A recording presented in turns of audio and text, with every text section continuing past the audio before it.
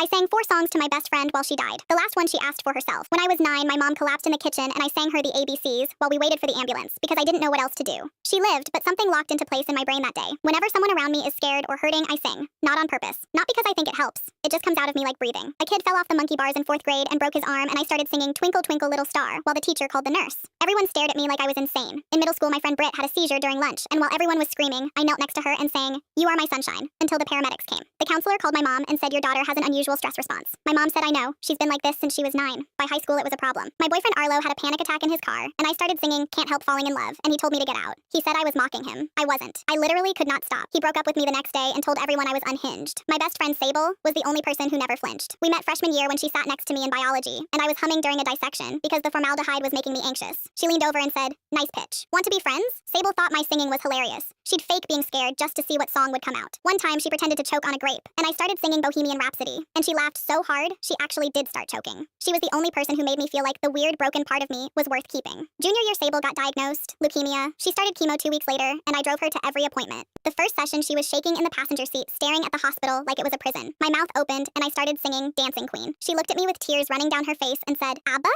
Really? That's what my brain picks right now?" But she was laughing. During her second round, she lost her hair. She called me crying at 2 a.m. I came over and sat on her bathroom floor surrounded by her hair and sang Bald-Headed Woman by the Kinks, and she threw a hair